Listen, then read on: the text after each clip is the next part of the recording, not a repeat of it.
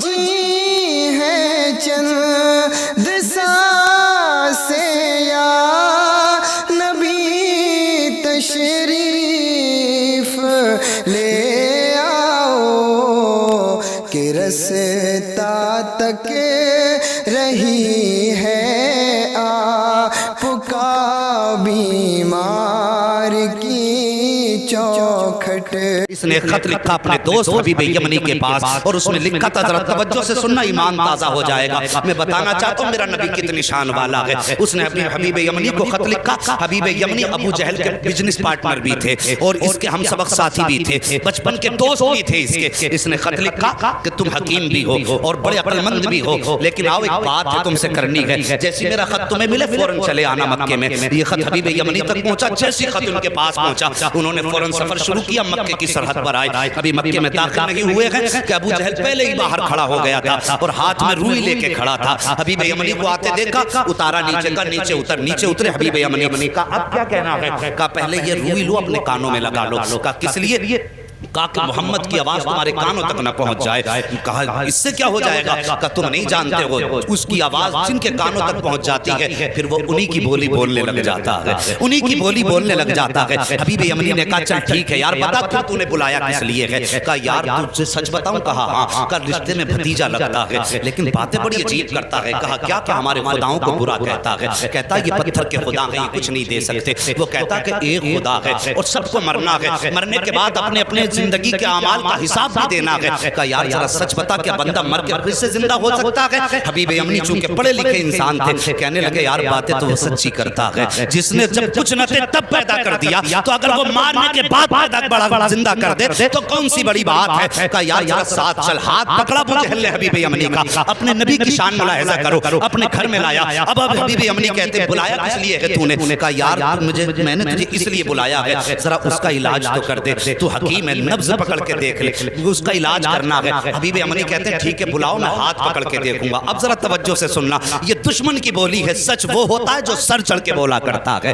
اگر کوئی اعلیٰ حضرت کو گالی دے تو اس کے بکواس کرنے سے اعلیٰ حضرت کے رتبے کم نہیں ہو جاتے ہیں۔ مخالف اسی کے ہوتے ہیں جو حق پہ ہوا کرتا ہے، دشمن اسی کے ہوتے ہیں جو سچ پہ ہوا کرتا ہے، کبھی اہل غیرے کا کوئی مخالف نہیں ہوا کرتا ہے۔ ذرا توجہ سے سننا پیارے، ابو جہل نے کہا تھا کہ میں نے تجھے علاج کے لیے بلایا ہے۔ کہا ٹھیک ہے بلاؤ۔ کہا کیا کرے گا؟ کہا نبض پکڑ کے دیکھوں گا۔ ابو جہل کہنے لگا یار اگر تو نے نبض پکڑ لی تو بات ہی ختم ہو جائے گی۔ کہا کس لیے؟ کہا ہاتھ مت پکڑ لینا۔ کہا کیوں؟ کہا جو اس کے ہاتھ میں ہاتھ دے دیتا ہے پھر وہ بولی اس کی بولنے لگ جاتا ہے۔ کہا یہ کہنا کیا چاہتا ہے؟ تب ابو جہل نے کہا تھا یار سن بات سچی ہے لیکن ذرا دماغ میں اتار لینا۔ ایک دن میں گیا تھا محمد کے پاس اور میرے ہاتھ میں پتھر تھے، میں نے جا کے کہا تھا بتا میری مٹھی میں کیا ہے، تو انہوں نے میری طرف دیکھا اور دیکھنے کے بعد کہا اگر میں بتاؤں تو کیا کمال ہوگا، اگر یہ خود بتائیں جو تیری مٹھی میں تب کمال ہو جائے گا۔ کہا میں خوش ہو گیا، میں سوچنے لگا یار اب تو یہ پھنس گئے ہیں، میرے ہاتھ میں پتھر ہے اور پتھر بولا نہیں کرتے ہیں۔ کہا یہ سوچ کے میں نے کہا ٹھیک ہے انہی سے کہلوا دو۔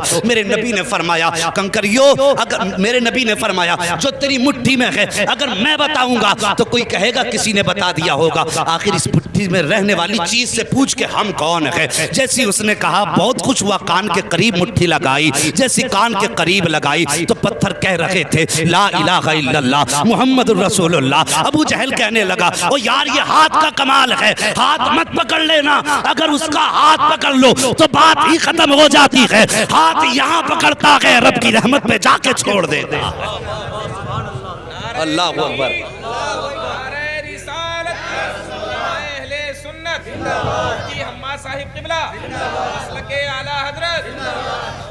ہاں صاحب کہا کہ ہاتھ مت پکڑ لینا۔ کہا ٹھیک ہے پھر؟ کہا پھر اگر ہاتھ نہیں پکڑنا تو کم سے کم اس کی آنکھوں میں جھانک کے دیکھوں گا، آنکھوں کے ذریعے بھی بیماری کا پتہ چلتا ہے۔ یہ ڈاکٹر لوگ بیٹھے ہوئے ان سے پوچھئے آنکھوں کے ذریعے بیماری کا پتہ چلتا ہے، اور یہ علماء اکرام ہے بڑے بڑے علماء، ان سے پوچھئے کہ جادو اور آسیب کا پتہ بھی آنکھ سے چل جاتا ہے۔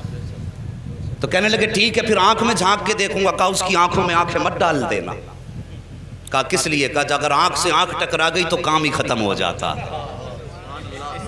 یہ دشمن کہہ رہا کہ آنکھ میں آنکھ مت ڈال دینا۔ کہا پھر؟ کہا اگر آنکھ سے آنکھ ٹکرا گئی تو قصہ ہی ختم۔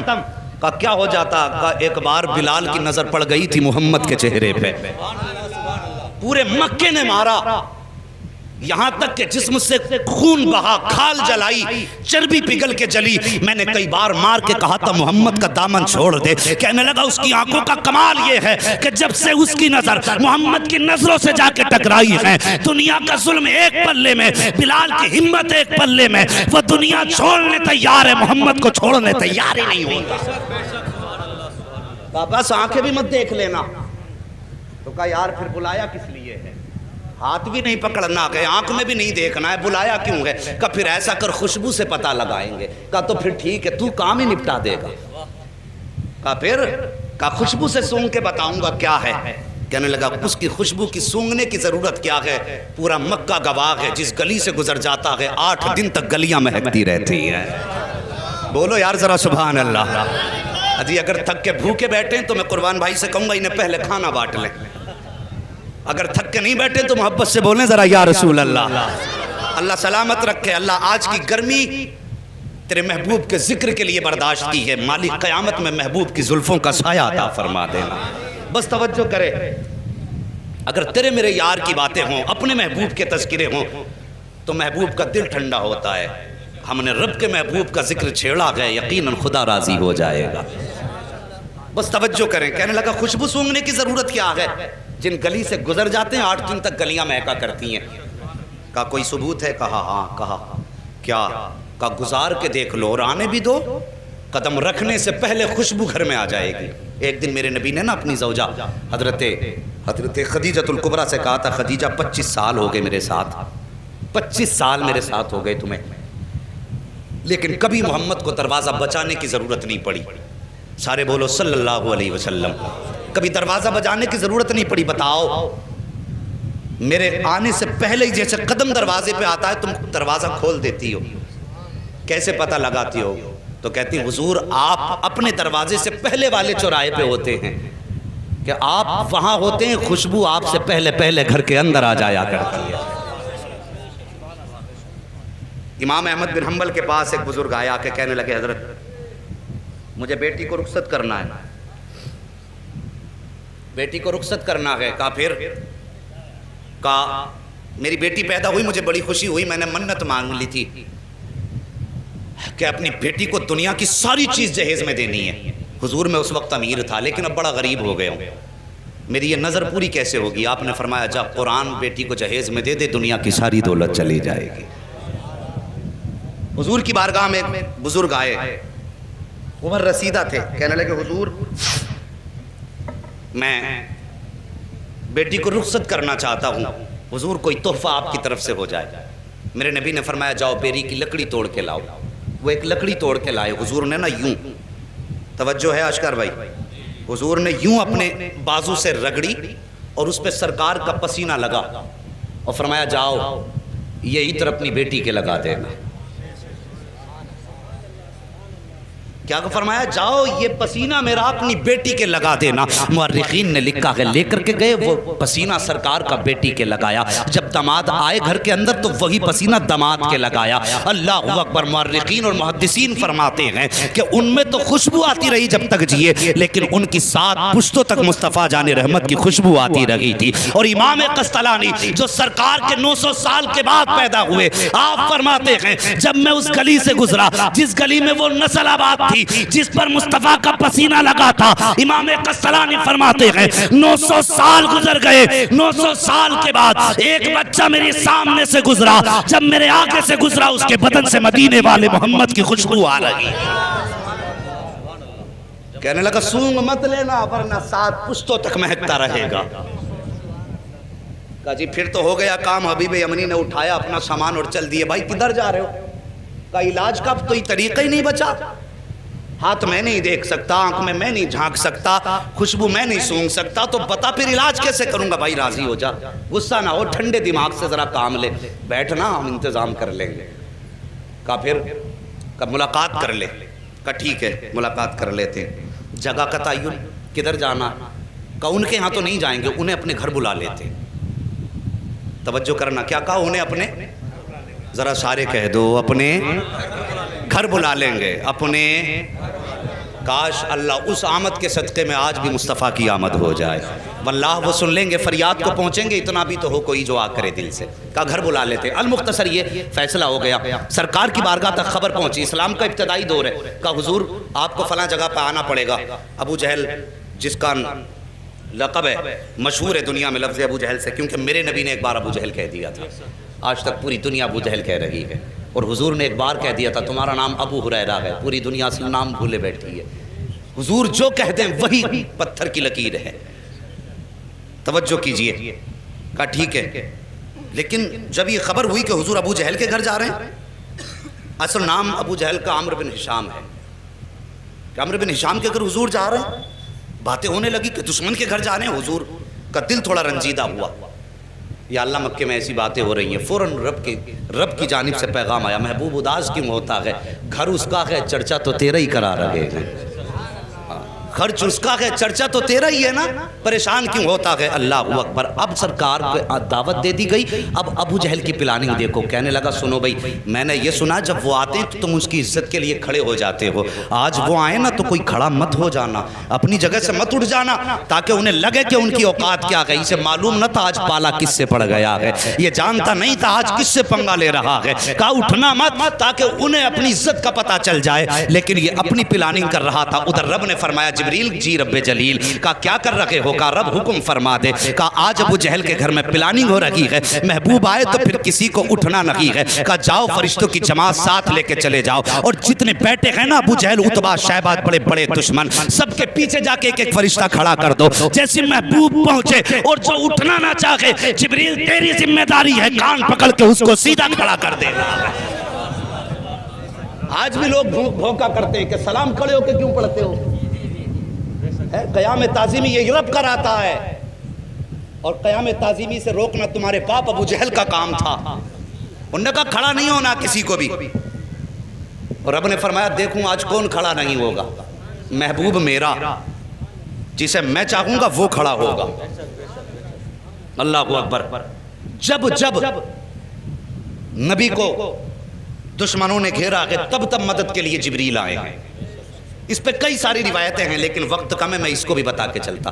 لیکن بس نبی کی شان سن لو. بات کر دی اس نے کہ کوئی اٹھ کے کھڑا مت ہونا. اللہ اکبر. ادھر میرے نبی ساتھ میں چند صحابہ ہیں. اسلام کا ابتدائی دور ہے. ابو جہل کی محفل میں بیٹھے ہوئے ہیں لوگ جماعت در جماعت. اس کے اپنے چاہنے والے بڑے بڑے کافر مکے کے بیٹھے تھے، اور یہ چاہتے تھے نبی کو ذلیل کریں معاذ اللہ، ان کی گردن جھکائیں. لیکن انہیں معلوم نہ تھا فانوس بن کے جس کی حفاظت ہوا کرے وہ شمع کیا بجھے جسے روشن خدا کرے. اللہ اکبر. وہ کیسے شرمندہ کر سکتے تھے جس کو کائنات کو جس کے قدموں سے عزت ملی ہو، اس کو کیسے ذلیل کیا جا سکتا ہے. میرے حضور نے قدم رکھا. ابو جہل نے عتبہ کے کونی ماری، عتبہ نے شیبہ کے کونی ماری، ایک دوسرے کے کونی مار کے کہنے لگے آ گئے اٹھ کے کھڑے مت ہو جانا. لیکن جیسی آئے نا حضور نے بھی دروازے پہ قدم رکھا تھا. پہلا قدم حضور نے اندر رکھا. ابو جہل نے سب کو دیکھا اٹھنا نہیں. جیسی کہا نا اٹھنا نہیں، ابو جہل کے پیچھے جبریل امین کھڑے تھے. سب سے پہلے ابو جہل کا کان پکڑا اور سیدھا کھڑا کر دیا. جب ابو جہل کھڑا ہوا، عتبہ خود کھڑا ہو گیا، شیبہ خود کھڑا ہو گیا، دشمن خود بخود کھڑے ہو گئے. جب سب کے سب کھڑے ہو گئے، میرے حضور نے اندر قدم رکھا، آئے عزت سے اپنی جگہ پہ بیٹھے، اور بیٹھنے کے بعد پھر پوری جماعت پہ ایک نگاہ ڈالی. جب نگاہ ڈالی ایک دوسرے کو تک رہے تھے. عتبہ شیبہ سے کہہ رہا تھا یار کیوں کھڑا ہو گیا، شیبہ عتبہ سے کہہ رہا تھا تو کیوں کھڑا ہوا. سب مل کے چودھری ابو جہل سے کہہ رہے تھے تم کیوں کھڑے ہو گئے. وہ کہہ رہا تھا یار مجھے خود نہیں پتا چلا میں کیسے کھڑا ہو گیا ہوں. میرے حضور بیٹھے ہیں، اور بیٹھنے کے بعد پھر میرے آقا نے فرمایا تھا چھوڑ دے اس کے کان. اتنا کہا نہ دھڑام سے ابو جہل نیچے گرا. جیسے نیچے گرا حبیب یمنی کہتے ہیں او حبیب یمنی نے کہا تھا ابو جہل پتا چل گیا ہے کہ سچا کون ہے جھوٹا کون ہے. تیرے کھڑے ہونے نے بتا دیا ہے کہ جھوٹا تو ہے، سچا رب نے محبوب کو بنا کے بھیجا ہے.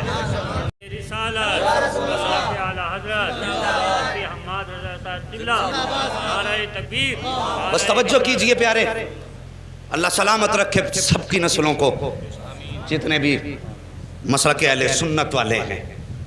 بس توجہ کیجئے. بیٹھ گئے. حبیب یمنی کہنے لگے مجھے اس نے بلایا ہے، اور اس لیے بلایا ہے کہ سنا ہے آپ ایسی ایسی بات کرتے ہیں. میرے نبی نے فرمایا ہاں میں اللہ کا رسول ہوں، خدا ایک ہے، قولوا لا الہ الا اللہ تفلحوا انی رسول اللہ. ہاں میرے نبی نے فرمایا. حضرت حبیب یمنی ابھی ایمان نہیں لائے تھے. کہنے لگے اچھا اگر آپ نبی ہیں تو یہ تو میں بھی جانتا ہوں. کہ نبی جادوگر کا جادو آسمان پہ نہیں چلتا ہے، صرف زمین پہ چلتا ہے۔ اس کا دعویٰ یہ کہ آپ جادوگر ہیں، میرے نبی کے بارے میں کہنے لگے کہ ابو جہل کا دعویٰ یہ کہ آپ جادوگر ہیں، لیکن میں یہ جانتا ہوں کہ جادوگر کا جادو زمین پہ چلتا، آسمان پہ نہیں۔ اور نبی وہ ہوتا ہے جو دل کے حال جانتا ہے۔ آج بد مذہب بدعقیدہ لوگ کہتے ہیں کہ حضور کو پیٹھ کے پیچھے کی خبر نہیں۔ حبیب یمنی ایمان لانے سے پہلے جانتے ہیں نبی وہ ہوتا ہے جو دل کی بات جانتا ہے، جو راز جانتا ہے، وہ نبی ہوتا ہے۔ یہ حبیب یمنی کہہ رہے ہیں، کہتے حضور اس لیے میرے 2 سوال ہیں، 2 سوال یاد رکھنا۔ حبیب یمنی کیا کہتے ہیں؟ میرے بولو، سارے بولو، میرے 2 سوال ہیں، ایک سوال میں کروں گا، جواب آپ کو دینا ہے، دوسرا سوال بھی آپ کریں گے، جواب بھی آپ دیں گے۔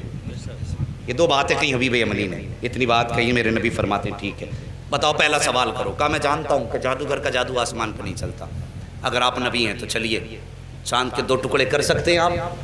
وقت دوپہر کا تھا، دوپہر کا وقت تھا، سورج تھا، چاند نہیں تھا اس وقت میں۔ کہا آپ چاند کے 2 ٹکڑے کر سکتے ہیں؟ میرے حضور اٹھے، کہا چلیے۔ حضور آگے آگے، حبیب یمنی پیچھے پیچھے، ابو جہل سب سے پیچھے۔ جب حضور چلنے لگے نا، ابو جہل نے یوں گردن جھکائی، چہرہ اتر گیا۔ ایک کہنے لگا چچا بات کیا ہے؟ کہا بات پوچھتا کیا ہے، جو یہ کہہ دیتا ہے وہ کر کے دکھا دیتا ہے۔ اگر اس نے کہہ دیا ہے تو اب سمجھ لے ٹکڑے کر کے دکھائے گا چاند کے۔ اللہ اکبر۔ جبل ابو قبیس پہ میرے نبی تشریف فرما ہوئے، دوپہر کا وقت تھا، اشارہ کیا تو سورج چھپ گیا، دوسرا اشارہ کیا چاند آ گیا۔ اس کے بعد آقا نے حبیب یمنی کی طرف دیکھا، کہا کروں ٹکڑے؟ کہا جی۔ اتنا کہا میرے حضور نے انگشت نبوت اٹھائی اور یوں اشارہ کیا تو ایک ٹکڑا پورب میں تھا، دوسرا پچھم میں چلا گیا ہے، چاند 2 ٹکڑے ہو گیا۔ جب چاند 2 ٹکڑے ہوا، آپ فرماتے ہیں اب بتا کیا رائے ہے، انہیں جوڑنا ہے یا قیامت تک کے لیے ایسے ہی چھوڑنا ہے؟ اللہ اکبر۔ حبیب یمنی نے کہا تھا اب جوڑ بھی دیجئے، یوں میرے نبی نے اشارہ کیا، چاند جڑ گیا۔ اب اس کے بعد حبیب یمنی کہتے حضور میں تو مان گیا ہوں آپ اللہ کے نبی ہیں، لیکن اب اس کی تسلی کے لیے اب آپ میرے دوسرے سوال کا جواب دیں۔ میرے نبی فرماتے سن، یمن میں تیری ایک بیٹی ہے جو مفلوج ہے، جس کی آنکھوں سے بھی نظر نہیں آتا ہے، کانوں سے سنائی نہیں دیتا ہے، زبان سے گونگی ہے، ہاتھ پیر سے اپاہج ہے، اور تو یہ چاہتا ہے اللہ اس کو شفا عطا فرما دے۔ اتنا سننا تھا، قدموں پہ گرے حبیب یمنی مصطفیٰ کے، کہتے آقا دیر نہ کیجئے، ہاتھ بڑھائیے، کلمہ پڑھائیے، میں مان گیا ہوں، پہچان گیا ہوں یہ جھوٹے ہیں آپ سچے ہیں۔ میرے نبی نے کلمہ پڑھایا۔ حبیب یمنی جب رخصت ہونے لگے، حضور فرماتے ہیں جا، ہم نے تیری بیٹی کو بھی شفا عطا فرما دی ہے۔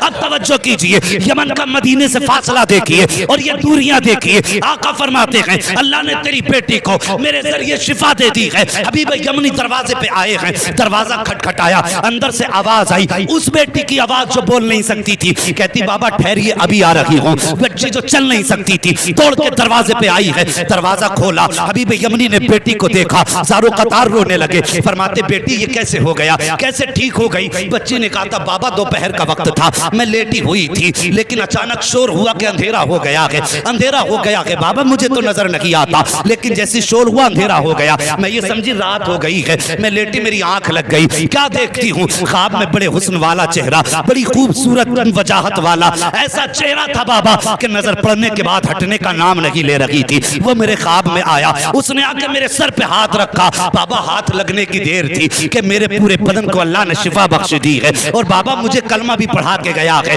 اللہ اکبر۔ اتنا سنا، بیٹی کے سر پہ ہاتھ رکھ کے حبیب یمنی روئے اور کہتے بیٹی میں بڑے نصیب والا ہوں، جس کی تو بات کر رہی ہے میں اسے دیکھ کے بھی آیا ہوں، اس کے ہاتھ میں ہاتھ دے کے بھی آیا ہوں، اور اس کے شہر میں کلمہ پڑھ کے آیا ہوں۔ تب بیٹی نے رو کے کہا تھا بابا نصیب والے آپ نہیں ہو، بلکہ آپ سے زیادہ نصیب والی میں ہوں۔ کہا بیٹی کس لیے؟ کہا آپ جا کے اس کے شہر میں گئے ہو، تب کلمہ پڑھا ہے، میں کتنے نصیب والی ہوں کہ وہ میرے گھر آ کے مجھے کلمہ پڑھا کے گیا ہے۔